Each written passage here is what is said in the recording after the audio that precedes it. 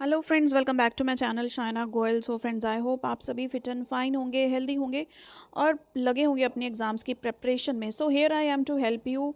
और देखिए, इसमें आपके साथ मैं एक सैम्पल पेपर शेयर करने वाली हूँ as I did in the previous video.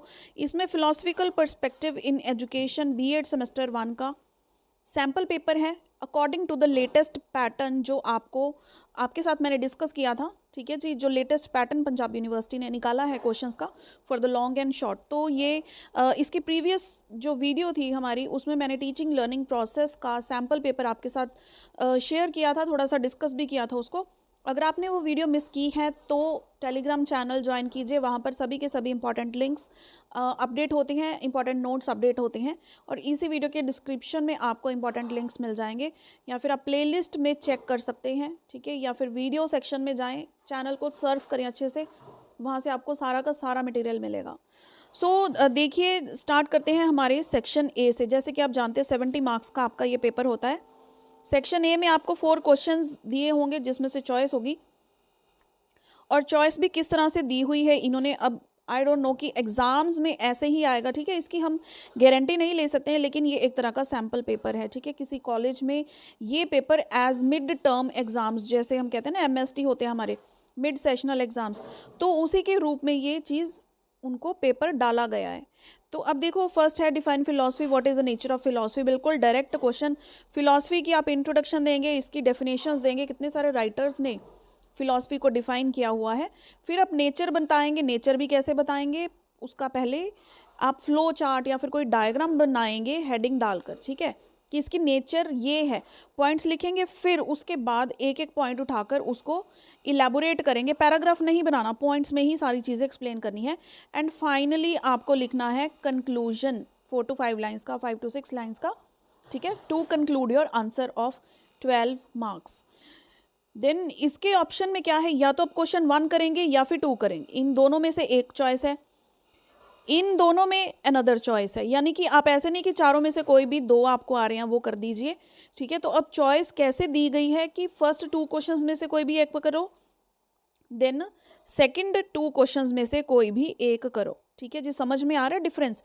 Explain meaning and scope of education, then explain relationship between philosophy and education. ये तो पेट क्वेश्चन है फिलॉसफी एंड एजुकेशन का, ये तो बहुत इंपॉर्टेंट है। लॉन्ग में या शॉर्ट में ये क्वेश्चन तो आना ही आना है, इसको आप अच्छे से प्रिपेयर कर लो। और विद नोट्स मैं ये आपको अच्छे से करवा चुकी हूँ। और देखो, फिलॉसफी का तो मैराथन सेशन भी हो चुका है, यानी कि कंप्लीट बुक रिवीजन इन 1 सिंगल वीडियो। तो अगर आपने वो भी मिस की है, वीडियो के डिस्क्रिप्शन में उसका आपको लिंक मिल जाएगा, वहाँ से आप वो मैराथन देख सकते हैं। Then coming to section B, इसमें क्या है, discuss the impact of realism on different aspects of education. तो जो हमने फिलॉसफीज स्कूल्स किए थे, वो रियलिज्म है, आइडियलिज्म है, प्रैग्मेटिज्म, नेचुरलिज्म। ठीक है, तो वो रियलिज्म का टॉपिक आपको इसमें आया है। देन कंट्रीब्यूशन है आपको, गुरु नानक देव जी की है, रविंद्रनाथ टैगोर की है, और भी ऑथर्स की है। तो उनकी कंट्रीब्यूशन में से कोई भी एक कंट्रीब्यूशन डेफिनेटली आएगी।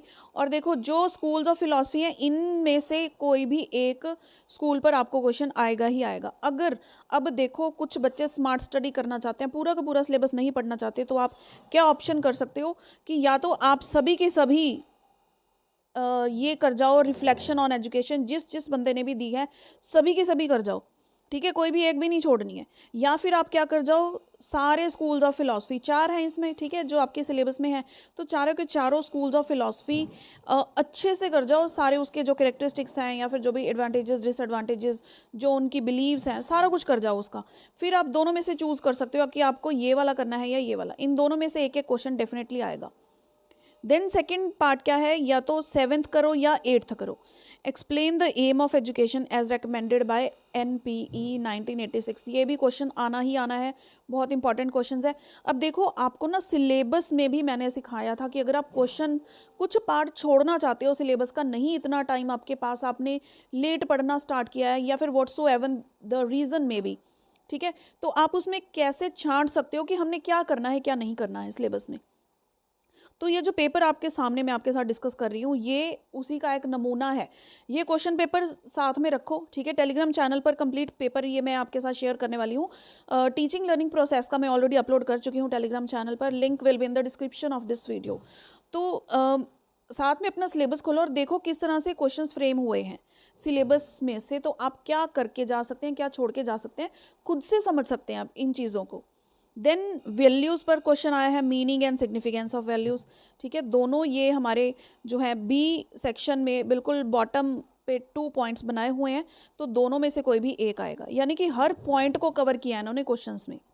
ठीक है, उसके बाद है आपके शॉर्ट क्वेश्चंस जो हैं आपके 2 मार्क्स ईच के 11 क्वेश्चन। देखो बिल्कुल लेटेस्ट पैटर्न के अकॉर्डिंग बनाया हुआ है।